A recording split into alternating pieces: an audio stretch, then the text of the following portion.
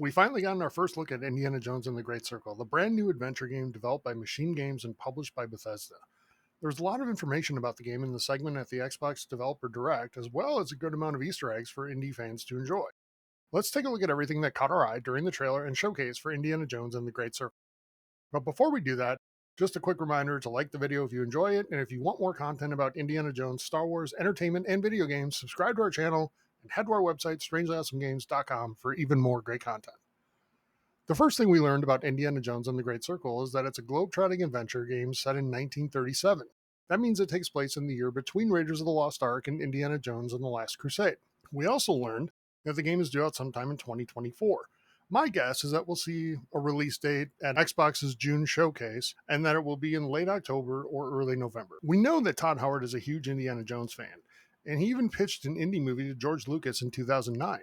When presented with the opportunity to make a game, he knew Machine Games was the right team in the Bethesda family to make it. If you ever played the Wolfenstein games, you know that Machine Games is all about kicking Nazi ass already.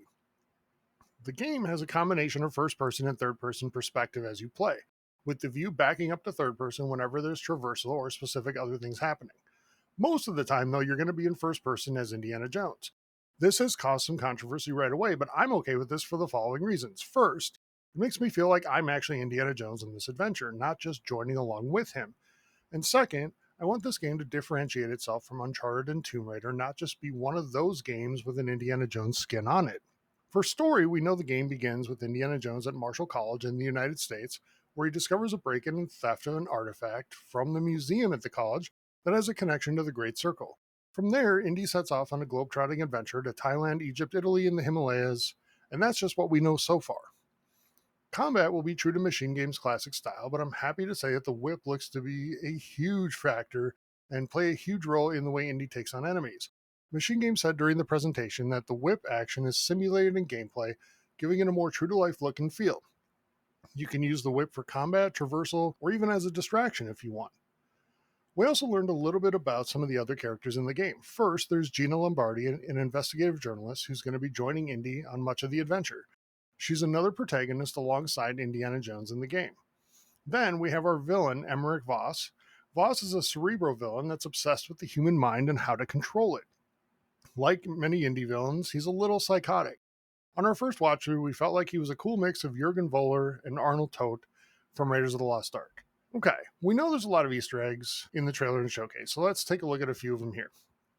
First, the way the Machine Games and Bethesda showed the Indiana Jones film logos seems to be a clear nod to fans that didn't enjoy Kingdom of the Crystal Skull or Dial of Destiny that this game would have the feel and spirit of the original 3 films. They don't even mention the 4th or 5th films in the showcase at all. The very first scene in the trailer shows Indiana Jones buried up to his neck in sand with Emmerich Voss speaking to him. It may or may not be a direct reference to the comic, but issue 15 of the Further Adventures of Indiana Jones has Indy buried up to his neck and left for dead too. Rats in the Catacombs sounds like the scene from Indiana Jones and the Last Crusade to me. This scene in the game, with Gina Lombardi, has several chalices scattered around the room that remind me a lot of the cups spread throughout the Knight's room in the Last Crusade. Indy has to reach into this hole and pull a lever or trip a switch, and it's a clear nod to poor Willie Scott having to do the same with a super gross lever in Indiana Jones and the Temple of Doom. Also, that tarantula that crawls up his hand when he does that should make us all fond memories of Alfred Molina in Raiders of the Lost Ark. It wouldn't be an Indy game if we didn't get a nod to the classic scene in Raiders with the Chachapoyan idol. I'm glad it's not a full recreation, but it's definitely inspired by it. Also, the sand pouring out of the walls might be reminiscent of this scene in Kingdom of the Crystal Skull for some.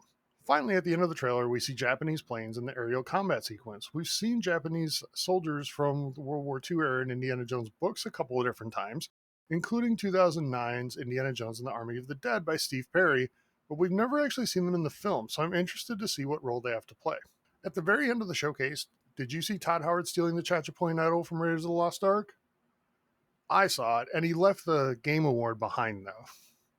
What did you think of our first look at Indiana Jones and the Great Circle? Let us know in the comments. Be sure to like and subscribe to the video for more content on Indiana Jones, entertainment, gaming, and more. While you're at it, head to our website at strangelyAwesomeGames.com, and if you enjoy this content, consider supporting us on Patreon at patreon.com/strangelyawesome. Have a great day, everybody.